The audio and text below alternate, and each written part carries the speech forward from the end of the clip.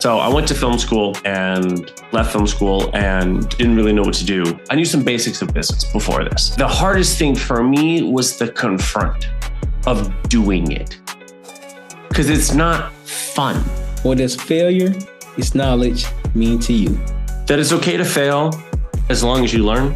Jake, thank you again for coming on to the Page Knowledge Podcast. I just got one question for you. Why Creative Minds? Well, for me, it was kind of, you could say, born out of slight necessity and no other, what apparently in my world was no other option. So I went to film school and left film school and didn't really know what to do as a filmmaker. And I started growing my own social media really quickly and then kind of became like a social media guy, even though and I fought the label for a long time. And from there, it just kind of naturally evolved from being like a freelancer to then like, well, let me just start my own agency and then thus, a decade plus of doing Creative Minds. A decade plus, man. When I was doing research on you, I think it said something about. Hold on, you said said something about 2009. I graduated high school in 2009.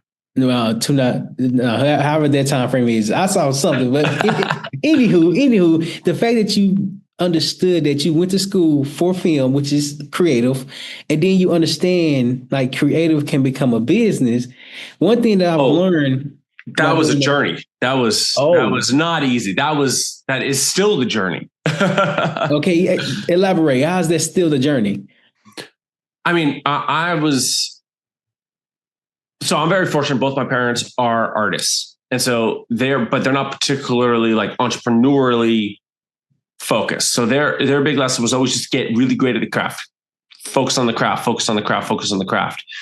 And however, my youngest brother, call it divine, I don't know, call it something, is a naturally gifted entrepreneur.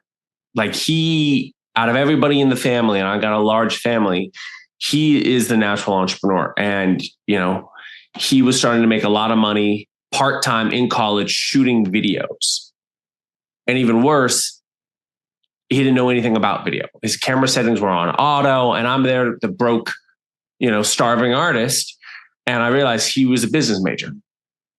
And that was kind of one of the big kind of foundational blocks that pushed me into like, oh, if I'm going to do this, I got to learn business. So then I basically went to my own business. I went to, business school of YouTube University and, studied Grant Cardone, Gary Vaynerchuk. You kind of name it, the Audible was full of just entrepreneurial books and courses and learning everything I could to be an entrepreneur, but always with the kind of the guiding star of this kind of like, well, I know video, so let me make money doing video. That's exactly where I was about to get to, because like the skill, to give you some backstory on me, like I produced over 893 podcast episodes, half a decade worth of content, half a decade of learning what's good, what's bad. I did a podcast the other day and I got 3 lights, one right here, one behind me. And I literally showed when I turn this light off, there's a shadow. When I turn it back on, there, as you know, but then that's the skill behind it. Yeah. That's not the business. The business is sales. The business is marketing. The business is finances. The business is legal. The business is team development or team development / personal development.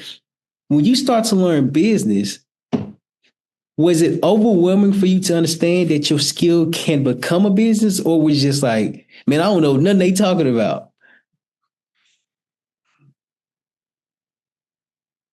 I knew the core of what they were talking about instinctually. Like I knew, it comes down to a handful of, I knew some basics of business before this, but the hardest thing for me was the confront of doing it, because it's not fun. right? Like a buddy of mine who's super successful entrepreneur gives this analogy every time he does a business seminar. He talks about the car mechanic who looks at the boss making money, making more money than him. And he's like, I'm the best car mechanic here. Screw this guy. I'm out of here. I'm going to start my own shop. Only to realize the boss was handling sales, marketing, payroll, HR, handling the lease, handling like all of the other stuff, finance that he didn't have to deal with. So it's a different job. You can be the best technician. And that was the still the consistent shift of and the balance for me is being a great technician, because I see other guys who've expanded their business, you could say faster than me, based off of pure technician, being a great filmmaker and being a great photographer. But they will get capped. There's a point where, because they're getting hired because of them. And there's only so many hours in the day, jobs you can take. And also there's a price ceiling. You can only charge so much. And I've seen it at the top level. And compared to if you run a business. But if you run a business, you're not going to be in the technical space. You're going to work yourself out of technical and hire people into technical.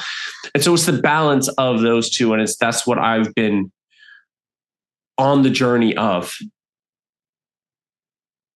And I appreciate you sharing that with me, because as I was doing research, there are a lot of similarities that we have. And in addition to that, you mentioned somebody, his name is Grant Cardone.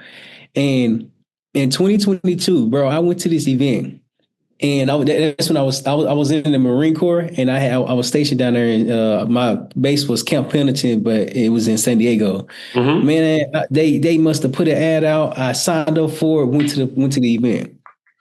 Greg Cardone came, talked to everybody, and then when he got done talking, he stood in the back. He interrupted whoever was talking. He was like, guys, I just want y'all to know, this room alone, there's over $1.7 billion. I said, bro, what kind of room am I in? Bro, when it was like a mind-blowing event, because they broke down what business consisted of. And when you go from being the creative, being the technician, to being the manager, shout out to the book E-Myth Mastery, if I'm not mistaken, E-Myth Master or E-Myth Revisit or something like that. But they say when you know the skill, it's hard to like pull yourself out from doing the skill. So how did you learn how to not only work on your business, but develop systems, checklists, processes, and a way of doing business? I mean, just studying. There's no, and studying and figuring it out. I mean, there's no way. I mean, the simplicity in terms of like what I would recommend to somebody is look at your time. Look at what you're spending your time on that you could delegate. I was just going over with a friend. It was just like, what actions are you repeating every week, every day, that even if it's an hour of your time, can you delegate that? Or depending on how much money you make an hour, like look at how much money you make an hour and go, okay, great. If I'm doing this task, can I pay somebody less? Like, let's say you make $35 an hour and you're doing something that, costs $15 an hour. Can you pay somebody $15 an hour, but not take a vacation, not go hang out and, watch TV, but work that extra hour and you'll make that $20 arbitrage. Like, it's just looking at those different nuances of like, okay, great.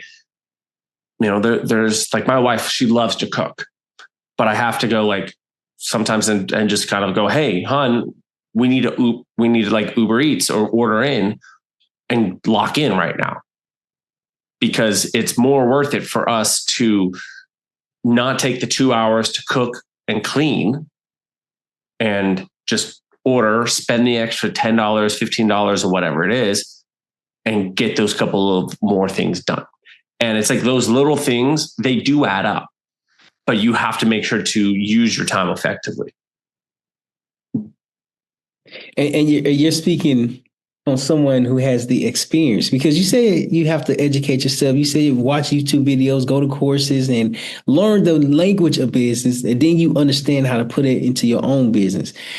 That's understandable, but it seems like when you watch the content, it's different than applying the content. And then as you apply it, you start to gain the different experiences that will help you. What's the terminology? Have better business acumen, or become a better business owner. And as you're doing that, you start to see things differently. At least for me, I start to see things differently. Yes, the skill, the know-how is important. But if I'm not identifying what matters, why I'm doing it, and the problem I'm solving consistently, it's like, man, I'm wasting my time. Yeah. And right now, because education is so widely available, it's more widely available than it ever has been in human history, that people consume a lot of content rather than doing. Like, I mean, if you think about like 20 years ago, 30 years ago, in the scheme of history, a grain of sand. You used to have to go to a library, check out a book, check out a book or read it there, go through the entire book or through whatever chapter to find that information so that you can learn and then go apply it. Like, you couldn't just consume. And so now, like, I try to very much not just like consume content. I get, like everybody else, I'm not perfect. But like, look at I try to audit myself and I go, what is the problem I'm running into? And let me just find a piece of content about that content.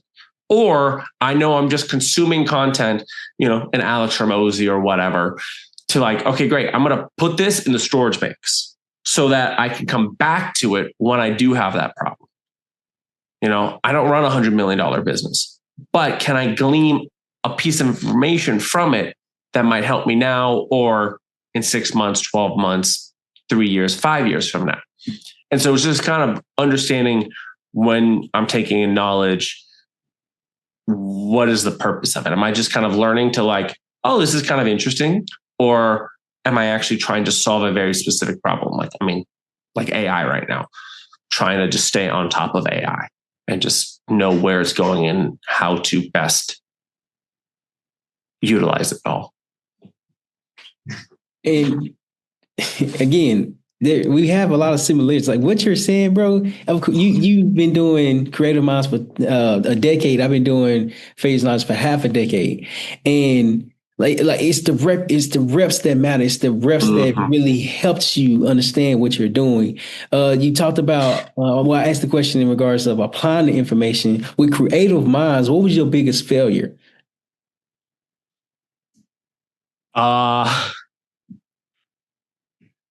Not continuing.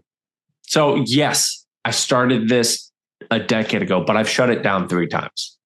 How many? 3. Okay. Because I wanted to be an artist. I wanted to be a filmmaker. I didn't want to start an agency. I didn't want to be a marketing guy. When you're in a space, you end up finding and meeting other people in the space. Doctors meet a lot of doctors. Dentists meet a lot of dentists. Lawyers meet lawyers. And I looked at the marketing guys around me and I was like, I don't want to be a marketing guy. I looked at the Grant Cardone and Gary V. I'm like, I don't want to be a Gary V. I'm a filmmaker. I want to make movies. I want to be a Christopher Nolan, a J.J. Abrams, that was like, I'm like, that's the crowd I want to be with. And so multiple times I just shut everything down. I had made enough money that I could just kind of walk away from it. And I didn't have systems built in. I didn't have, it was kind of like a glorified freelancer at the time. Whatever. Different times, different situations, different things. But each of them just being like, yeah. So that was the hardest thing. And to restart it multiple times was it's been an interesting journey.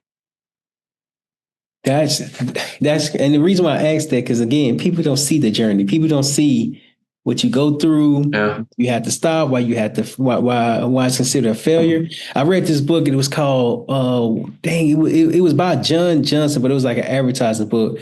And in the book, he explained, he was like back in the day, like 1930s when segregation was going on. But this man, he was a black man, but he was getting into advertising, and he had magazines. It was either magazines or advertising, either or. And when he was trying to make a name for himself, he couldn't make a name for himself because the odds were stacked against him. But even though the odds were stacked against him, he still found a way to put himself out there creatively. And then what you just mentioned, as far as like stopping many times, like how I mentioned that I produced over 893 podcast episodes. That's a lot of episodes. But in the grand scheme of everything, you know how many times I stopped doing all of that and trying to figure out what I wanted to do, why I'm doing a particular thing? The marketing, that's the language behind it. But the process, the development, the time that took, man, So I definitely understand why you had to stop. So when you, for the last time that you stopped, for the third time that you stopped, how did you recognize, like, wait, hold on. Okay, I know what I'm doing. I have the skill, but now I just need to stop stopping. How did you recognize you need to stop doing that? I mean, a couple different things. I went through a lot of spiritual and mental, enhancement and handling that and what was stopping me. So that was a big part of it. And then really looking at the goals, and I adjusted the agency to fulfill a little bit more of a, like, I just listened to the mentors more, niche down and like follow. I'm like, I like to shoot at it. And I devoided myself. I'm like, okay, great. If this agency, if I'm not going to be the technician, well, what's a niche that they can pay high, that, like, again, checked off the boxes. And I just went, okay, great. And I just adjusted the goals, and I looked at, okay, great. This is not, because it was a piece of advice a mentor gave to me right out of film school, which was, if you want to direct movies, keep a cam in your hand, get paid to practice.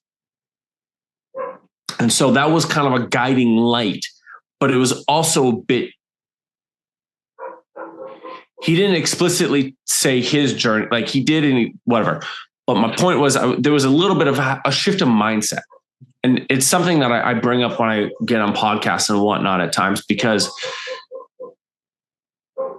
when I got into entrepreneurship, as you've probably going to have this exact same experience, and you're going to nod along and smile, is that when you go to a lot of these kind of entrepreneurial conventions, they talk about it's 80% mindset, 20% tactical.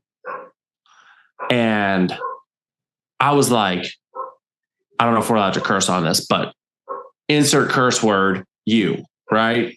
And I was like, what are you talking about? No, it's not. It's tactical. Give me the exact steps of what I need to do, and I will just execute. And they'd be like, no, you got to get in the right mindset. You got to get mindset. And I hate to be that guy. It's freaking mindset. But it's not just like, I can believe in myself. It's like, okay, understanding what do you want from it, understanding where you're going with it. And so like, I just shifted the mindset of what did I want from the agency and what did I want from the business? Okay, I want to grow it to this size. I want to sell it. I want to, expand, and it doesn't need to creatively fulfill me. I'm going to do these projects to creatively fulfill me and grow that business on its own. And they're just two different ventures. They don't need to be one and the same. And like that clicked in addition to some of the other things I was doing. And there you go. It's funny you just mentioned something about mindset, bro. In 2022, I went through divorce. In August of 2022, I went through the divorce. March of 2023, the divorce finalized. January of 2023, I wrote a book, and it's called Master Your Mind, 10 Tips to Shift Your Mindset. Like you mentioned earlier, a lot of people talk about mindset, but why is mindset so important? And man, it was at a point it was the saying, it became cliche because everybody was saying it. Like, bro, why are y'all saying it? What does that even mean? Yeah. And it can't be the mindset because I'm a positive person. When I started back in, you see what I'm saying? Wait, bro. It's like, yeah, I'm positive. I think big. I'm like, I got the right mindset, and it's like, and I think there's like, we need to figure out like a different word for it, because it's not just like positive thinking and, positive visualization. It's not that. It's having the right mental plan and strategy. And like, it's a different definition, you could say, of mindset. And yeah.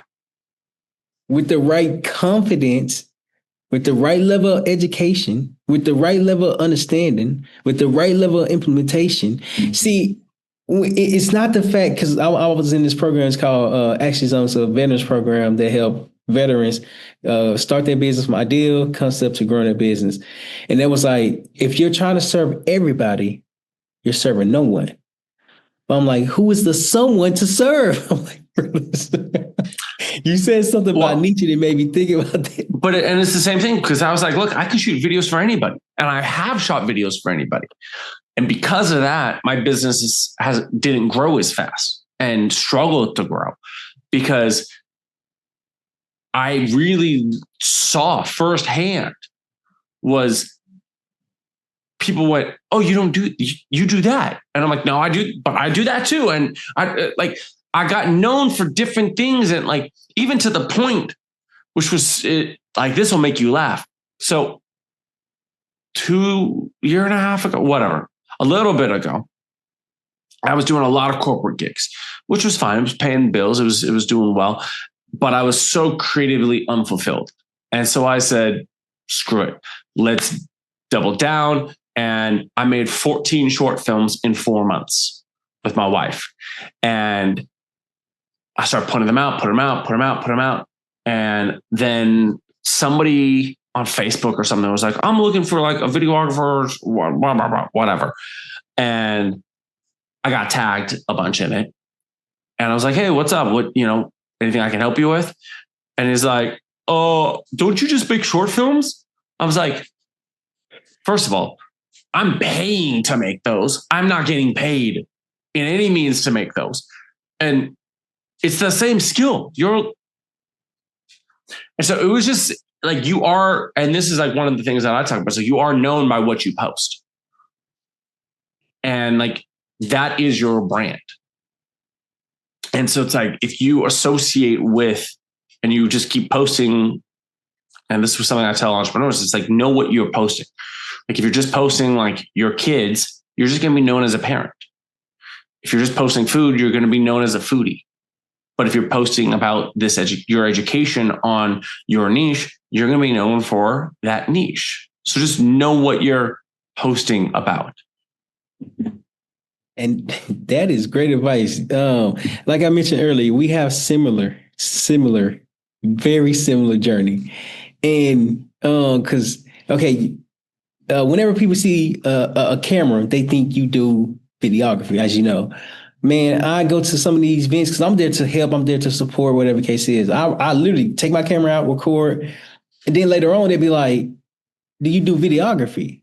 I'm like, no. I'm like, why you keep saying that? No, I don't do that. I do, at the time, it was like advertising, social media, whatever the case is. It was just like, well, I just saw you do videographer for this person.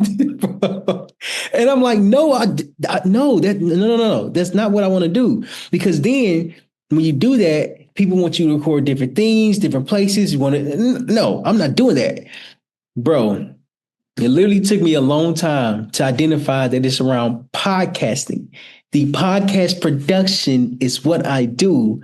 And I just recently got more clear behind it. And that's why I say like our paths are very similar, because just because you're creative, people start to see you differently. They start to see from what you don't want to be known as. They see you from what you're posting, to your point. And when you're posting something that a lot of people, quote unquote, think that you're doing, that's what they go reach you out. So Yep. I want to go off script right quick. And let's just say I'm new to entrepreneurship. I'm new to podcasts. I'm new to like being creative. And I come to Jake, I find him online, see him doing this thing, see him posting about helping others build their brand through podcasting. And like I have some interest in that. What are 3 tips that you can give me to get started today? In terms of somebody who's wanting to create an agency, or just an entrepreneur, or just define who I'm talking to a little let's say an agency. Okay. Essentially the same thing that you're doing. I want to do it. Don't do it. Just kidding. 3 tips I would give. It's mindset shit, man. It's gonna take a lot more work than you know.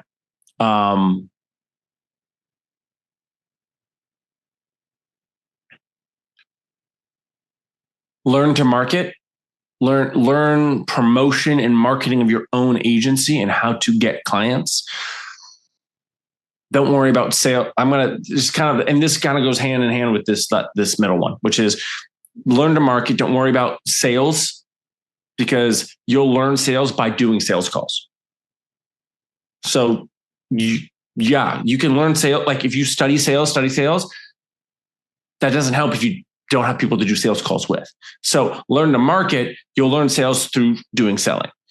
But then on the delivery side, focus on delivering as fast as possible, like as good as possible, but like good as possible with as fast as possible. Like get fast at responding to emails, get fast at responding back to clients. You shoot, don't be like, oh, okay, great. It'll take, 7 to 10 days. See if you can get it turned around in 24 hours. Like the delivery speed is so important. So I would do that. Like those would be kind of the 3 things that I would say. So marketing, have sales calls, and the delivery. Yeah, sales and tied into the marketing. Well, the first one is it's going to just take a lot more work than you expect. Second is focus on marketing and like knowing how to get clients, like knowing how to reach prospects, like define your prospect really well and know how to at least get them engaged to get on a sales call. Don't worry about learning sales. Worry about, because it's better to take 100 sales calls and not know sales, and you'll learn it by 100 doing, like if you know how to get 10 calls a day, that's more important than knowing how to close a person and not have any calls on your board. Like you want, 20 calls on your board every day. Like if you can master that skill, it's arguably the greatest skill out there in the world, is to be able to have a full calendar of sales calls. Then you increase your close rate, or get somebody who's really good at closing and selling and pay them a commission in any field. So, and then speed of delivery. So those are the 3. And I appreciate you for sharing that. That shows your expertise, not just from a book. You said it would be better for you to make 100 calls. I thought you were going to say it'd be better for you to make 100 calls than read 100 books. I was going to be like, "Ooh, that's hard. That's hard." Well, that too.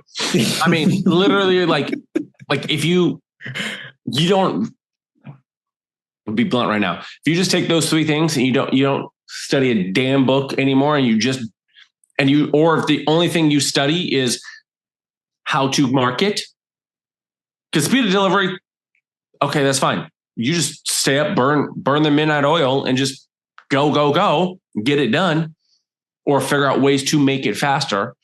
But if you just study how to get clients, and mainly not even get clients, but like get prospects. How do you get prospects and people lined up and that are interested, that are willing to take a call, willing to go, hey, sure, I'll take 30 minutes and out of my day because I'm kind of interested in what you said. Once I started figuring out how to get cold emails, but I've tried everything. Like I worked with Travis Matthew, for example, one of the big golf brands, through a cold DM on Instagram. I mean, it was 5 cold DMs over a period of 4 months, but that's how I got Travis Matthew as a client, which then because of them, I had Callaway. Somebody from Travis Matthew then went over to Callaway. Then they brought me over to Callaway. So if you can learn how to do outreach that is successful, that's all where it starts. So just understand marketing. That's know your craft good enough to deliver a good product, but just market. And that's so important to even have a business, bro. I'm in this program. It's called the Spartan Incubator Program here in Tampa, Florida. Mm-hmm. And one of my mentors, I was talking to him and I was like, well, I'm not able to close the clients right now. Like I'm able to get them there. They stay on the training for an hour. They communicate, they ask the questions, but I'm not able to close them. I can figure out the closing part later. But to get the people here, I have to figure that part out. Mm-hmm. I don't need to figure out how to get them there. I just need to figure out how to close. And now that I figured out how to close better, more people just going to keep coming through. I saw on the website that your delivery, it's crazy that you said something about delivery. It's 7 days. Like your turnaround is 7 days. And through the creative minds that you delivered the turnaround, why is that delivery so important to be fast? Look at Amazon. 2-day shipping. Oh, good example. Biggest company in the world, or one of the biggest companies in the world. Why is AI beating out Google right now? You can get more information faster. Speed will always win. Speed will always win. And like Alex Ramosi talks about it, it's like if you're starting a business and you want to just beat your customers, offer the exact same thing for the exact same price or more, and just do it faster. You'll close clients. If your competitor does it in 30 days, do it in 14. If they do it in 14, do it in 24 hours, in 48 hours. Charge more than but because people will want it faster. Like, for example, like you produce a podcast. Define your business a little bit more for me. Absolutely. Now that I'm more clear behind that, I'm actually like updating I recently got my S Corp and incorporating and stuff like that. But the business model is helping real estate developers build their brand through podcasting. Amazing. So, do you produce the podcast for them? Yes. All they have to do, sit down and record, and we take care of everything after they stop recording. Amazing. So, if you turn around their episode, I'm just going to call you out right now because I work in the same space. But if you were able to turn around their long form in 24 hours, which is doable, hey, you record it, that night will get you the long form. Like how they go, rather than other companies, we'll take 7 days. You want to beat a competitor, just do it faster. Hey, we have a 48-hour guarantee. So my point is, and then you're quite great. The shorts and whatever that will take longer. But like, if you were able to get it in 48 hours to them every time, and that's where, to go back to an earlier question of systems and whatnot. Okay, great. How do we build this roadmap where we know we can deliver the stuff quickly? So, okay, great. The shooter goes in, edits it, And so we always book out. We never book 2 clients back to back. So we don't have like, great, you're on Monday and then you're on Tuesday, because the next day is always editing. And so it's little things like that allow you to expand faster and, win. You've been able to help a lot of people. Is that the same process, steps, systems that you use for your business as well? Or not necessarily for your business, but for your, what is it called? Yeah, for your business as well. Like what you do for other people, do you do that for yourself as well? Not as well as I should. not as well as I should. I mean, again, I'm just being blunt and not putting on a good face, but I'll just be honest. I'm much better at it. I have now. There was a time where I was doing social media for others and I wasn't doing anything for me. I now have consistent social media going out. And I am launching my own podcast soon. And, but you focus so much on others that it's, what pieces are going to drive the most for me right now. And, you focus on different things at different times in your stage of business. Okay.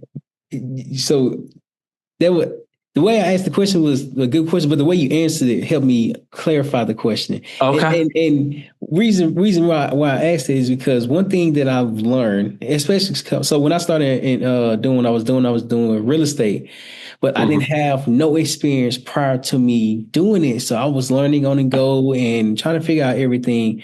And so whenever I come in a conversation, people are talking about the house, the roof, the leaks, the after repair value. Yeah, I can learn that, but I had no history behind it. And now fast forward, when I got more niche behind the audience, it's real estate developers, because of the industry that I was already in prior to this.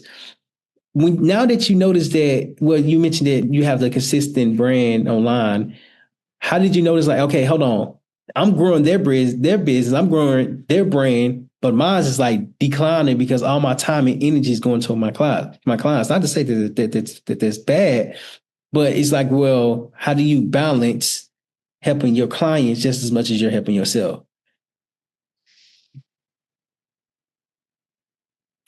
I mean, I feel like as I help my clients more, my business expands more. I'm able to put more time and energy in, I make sure to price it correctly so that I can expand. Like if you're underpriced, that's what's going to happen.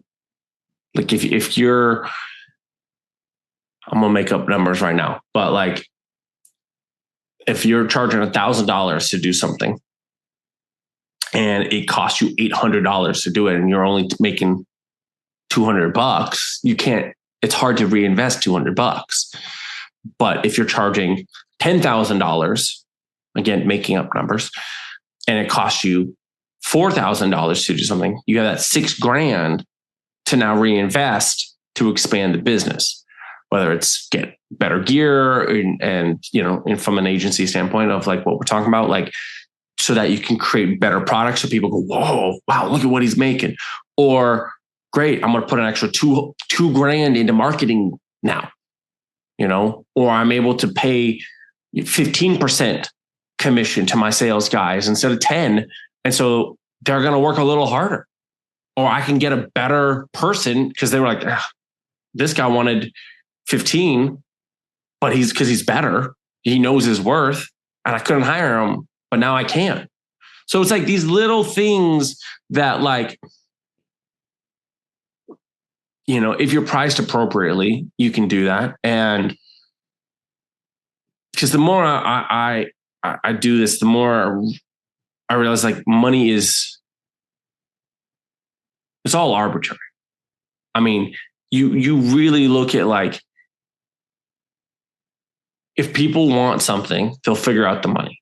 That's why credit cards exist, to be blunt. That's why look at the amount of people you probably know, I know that buy luxury goods that can't afford it, that they're broke as hell, but they got Louis Vuitton, Gucci, driving a BMW. And you're like, dude, you owe me $9 still on Venmo. Hit me up with that. But they make it go right because because they want it. So they'll put it on a credit card and they'll figure out the payments and whatever. So, and that's where it comes down to the brand and salesmanship and getting in front of them. It's like, if you're offer and you just sell them well enough, it just comes down to that. Pricing is another thing. For me being in business, and when Grant Cardone said $1.7 billion in the room, bro, I'm literally looking at people who's making a lot of money. And the pricing can be very limited if you don't understand why you're pricing it this way. That's another mindset issue. That's another, well, I don't want to charge too much. I don't want to charge too less. But the value is there, the experience is there. You're not just getting something for nothing, you're getting something for value. Your value has been established for the last decade. Was it difficult for you to increase your prices because your value has improved? No, I've never had a problem charging a lot of money. Now, it's very interesting. There was a service of mine that I was selling, and a buddy of mine was like, up your prices. And I got a little, ooh. But he was rolling with a crowd that was charging that amount. And he was working with an agency that does charge another zero on these things. And my size of agency isn't nearly where that agency is at. And I felt a little funny. And he's like, these other guys are doing it. Just do it. I'm like, okay.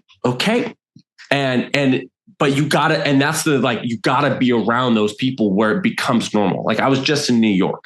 I live in LA, and you see money in LA, but it was a different vibe in New York. You see the skyscrapers and you go like, these are like, what? Like, this is money here. And that's where that mindset stuff that we've been talking about comes in. And it's just a mindset of being like, yeah, okay, this is what it costs. And this is what it's worth. Like, and knowing, okay, great.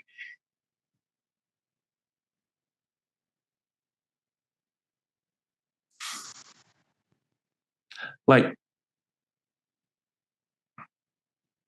what you're going to do with it, how you're going to help people. And like, if you can understand how it's justified, the price, like how is it linked?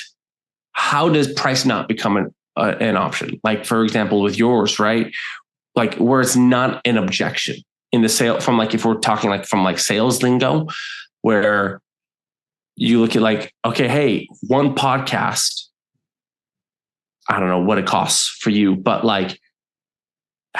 if it helps them close another deal, how much is a deal worth to them versus a podcast episode?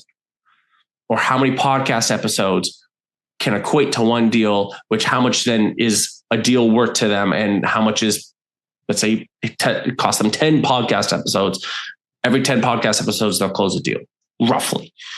Great. How much does 10 podcast episodes cost? How much does one deal make them? There's still a massive profit. Great. And that's where going after the right niche, going after pricing it correctly, etc. Because I know people who've lost out on gigs, especially in the creative field, because they've been priced too low.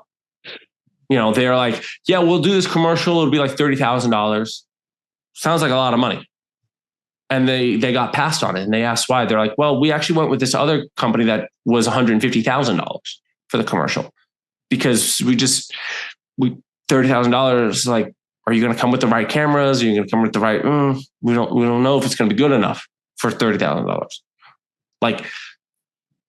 It's that going, oh, what is the norms of this? What it's all of those. And again, that's where it's mindset. That's the mindset stuff. And just the confidence and so many people talk about this. I've seen videos from Steve Harvey to Grant Cardone to Gary, you name it, who are just go to richer neighborhoods. If you're an entrepreneur and you're on the hustle, go to rich neighborhoods, spend the $12 on an expensive coffee, and, spend $20 on a coffee at a gorgeous hotel, and be around money. Even if you're like, dude, that hurts to spend $20 on a freaking coffee. But that's when you understand $20 on a coffee means nothing to these people. And you start going around those people where you go, and it's not just oh, go to, the private airport and see the jet. That's great and all. But walk in, for example, we went to in New York, I went to the Louis Vuitton store. I didn't buy anything. It was $4,000 jackets. I'm not buying a $4,000 jacket. It was gorgeous. But I'm walking around and you see the level of service. There was somebody who walked through the entire store with me. A concierge. I'm nobody. Me and my wife, we ain't rich by any means. But that's how they treated every single customer that walked into that store. Had a personal concierge kind of salesman that walked through there, offered me sparkling water. Like it's a luxury experience. Like you do that once or twice, you understand, okay, great. How can I make my business a luxury experience? How can I make my business so good? It could be lawn mowing. I'm not even talking like it needs to be, you need to sell luxury stuff, but how can you make working with your business a luxury experience? Thus, you can justify luxury prices. What book was that in? The Book of Jake. I don't know. That was just me. No. I'm sure there's a million people who've said it. I am definitely not by any means, I've assimilated a lot of data from a lot of people. The Book of Jake was the right answer because that's your experience. Of course, I was being funny when I asked that question. Nonetheless, your experience helped you understand that, not from a book. And yes, you can write the Book of Jake because Jake has gained the experience. Jake has gained the knowledge. Jake has gained the understanding.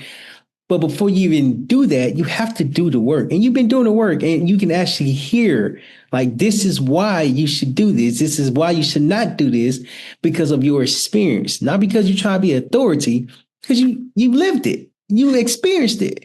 And so I hear even though this second or third conversation, I hear the growth within you because you're confident in everything that you're talking about.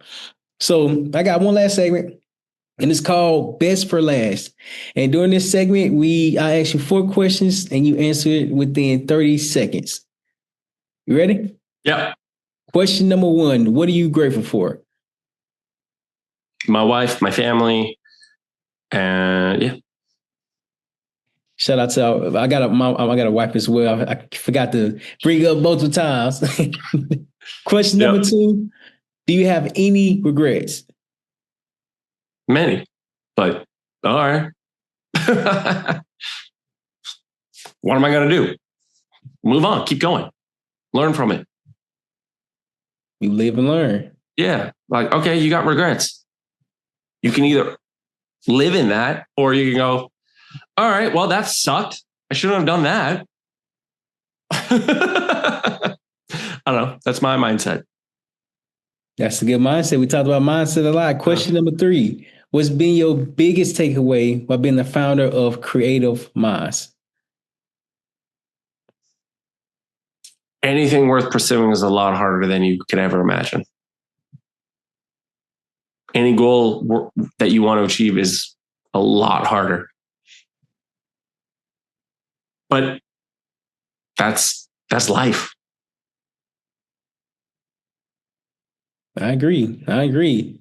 And then last question: what does failure is knowledge mean to you?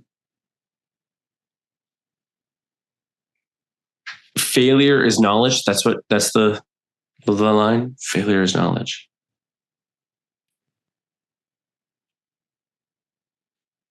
That it's okay to fail as long as you learn, and you need to, you can fail as long as, you're learning from it. Man, Jake, this has been incredible. How can people find you? How can they learn more about Creative Minds? How can they connect with you? LinkedIn is fantastic. Instagram, it works great. If you just kind of Google my name, search my name on any social platform, you'll probably see either marketing stuff, you'll see photography, you'll see filmmaking, any and all those channels are me. And so you can reach out on any of them. Okay, good. I appreciate that. Before we end, is there anything that we did not cover that you would like to cover now? No. Okay. I appreciate it. So before we get off, one thing that I recently started doing is like towards the end of the conversation, we have to say our own quotes. Not a quote from a book, not a quote from someone else. It has to be our own quote. So I'll go first. Don't be afraid to fail because you never know what that failure is going to teach you in order for you to gain the knowledge to grow. Beautiful. I appreciate it. Mine's really simple. It's 2 words. Move faster. That's kind of my big mantra that I try to live by, is just like, all right, move a little faster. And that whether it's getting out of bed and you're sitting there, if it's getting off the phone, if it's replying to that email, it's a simple mantra that, you know, you can move a little faster. And you see the top dogs, boy, do they move fast. There's not a lot of thinking. There's just a lot of going. And they just next. So move faster. Jake, again, thank you for coming on to the Phase Knowledge Podcast. What was your biggest takeaway while being on the podcast? Just the grace in which you were being a host and an interviewer. There's a skill in communication, and you do enough podcasts, you see some people have the skill and some people don't have the skill. And you had such a grace and an ability to host, ask great questions, really listen, and have great acknowledgments. And so I just wanted to, validate and thank you for that. I appreciate that. And then last question, for someone that's hesitant to come on to the Phase Knowledge Podcast, what's one piece of advice that you can give them?